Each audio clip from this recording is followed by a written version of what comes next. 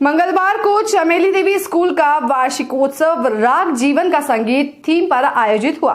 कक्षा 3 से 12वीं तक की गर्ल्स ने इसमें हिस्सा लिया और कई शानदार कार्यक्रम पेश किए।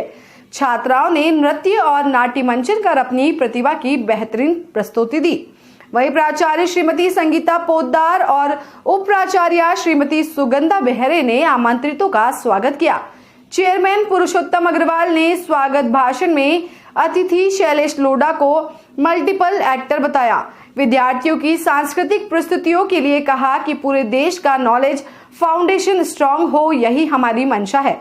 इसीलिए एलबीएफ बुक सीरीज में नित नए वर्जन लॉन्च किए जा रहे हैं। P5 प्रोडक्शन हाउस की शुरुआत से सभी विद्यार्थियों का एजुकेशन बेहतर बनाया जाएगा। संस्कृति के विभिन्न रंगों से सजी शाम का सभी ने आनंद उठाया। बच्चों के साथ शिक्षकों और पालकों में भी काफी उत्साह देखा गया। इस विशेष अवसर पर कार्यक्रम के मुख्य अतिथि प्रसिद्ध कवि एवं तारक मेहता फेम शैलेश लोढ़ा ने चेयरमैन पुरुषोत्तम अग्रवाल के बारे में कहा कि हवा के विरुद्ध कार्य करने वाले हमेशा स्मरण में बने रहते हैं, जैसा श्री अग्रवाल है। नारी को परिभाषित करते हुए लोढ़ा ने कहा, नारी पूरी भाषा है, हम कुंठित है तो वह अभिलाषा है। महिलाएं हर क्षेत्र में पुरुषों से आगे है। कई मल्टीपल आर्टिस्ट कलाकार हैं, चाहे वो एक्टिंग का मसला हो, चाहे वो काव्य का मसला हो, चाहे कविताओं का मसला हो। और मैं जब टाइम मिलता है मेरा सबसे प्रेफरेंस चैनल तारक मेहता का उल्टा चश्मा है। और पिछले 20-22 साल से मुझे लगता है तारक मेहता कंटिन्यू चल रहा है और काफ़ी पॉपुलर है, सभी कलाकार पॉपुलर हैं। मेन इनका जो आर्ट है 20-22 साल से लगातार चल रहा है। वाह भाई वाह, कभी भी देखता हूँ कभी कभी। और इनको मैं पिछले 2-4-6 महीने पहले एक इंटरव्यू में मिल भी चुका हूँ। अब मैं आज का जो कार्यक्रम बच्चियों ने दिया, 2 घंटे का मैंने कार्यक्रम देखा। ऐसा सौम्य, सुंदर और शानदार कार्यक्रम देखने को मिला। मैं चाहूँगा आप सब उन बच्चियों के लिए जोरदार तालियों से उनका अभिनंदन करें। और साथ साथ सभी पेरेंट्स ये उपस्थित हैं, मैं उन सभी का भी इस प्रांगण में अभिनंदन करता हूँ।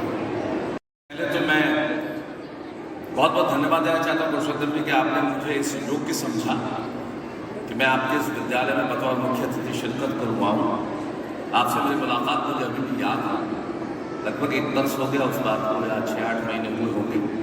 एक टीवी चैनल, एक न्यूज़ चैनल के लिए मैं आदरणीय पुरुषोत्तम जी का इंटरव्यू कर रहा था और मैं आज प्रवीण से रास्ते में कह रहा था तो जो इंटरव्यू मुझे याद रहा वो आपका था। मुझे आपका कलकत्ता में जन्म लेना, काम करना, माता जी के साथ ईमानदारी की बातें, कम उम्र में काम करना, अपने बड़े लोगों को काम पे लगाना, तमाम चीज़ें याद थी। और याद इसलिए थी कुछ अलग था, और कुछ अलग इसलिए था कि आप ज़माने से अलग हट के काम कर रहे थे और हवा के विरुद्ध काम कर रहे थे। वो व्यक्ति जो हवा के विरुद्ध काम करता है वो अलग होता है, इसलिए आप मुझे याद रहे। और न केवल याद रहे, आपने एक स्थायी प्रभाव मुझ पर छोड़ा, और जिसकी वजह से जब केशव राय जी मुझसे मिले कि पुरुषोत्तम जी का कार्यक्रम है तो मैंने कहा निश्चित तौर पे मैं आऊँगा। आपने मुझे सहयोगी समझा, इसके लिए मैं बहुत बहुत धन्यवाद करना चाहता हूँ।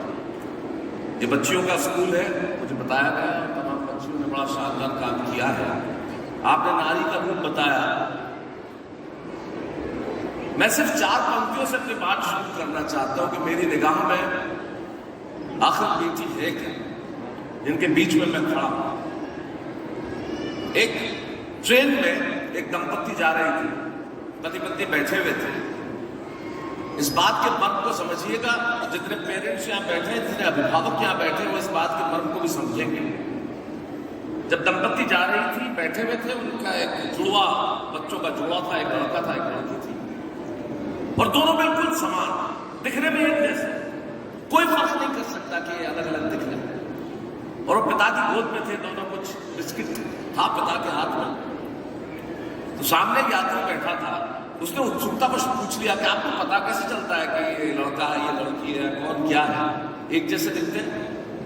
बोले ध्यान से देखिए, ये पिता की गोद में है, पिता के हाथ में बिस्किट है, दोनों बच्चों के हाथ में बिस्किट है। वो जो पिता से बिस्कुट लेके खा रहा है वो बेटा है, और जो पिता को खिला रही है वो बेटी है।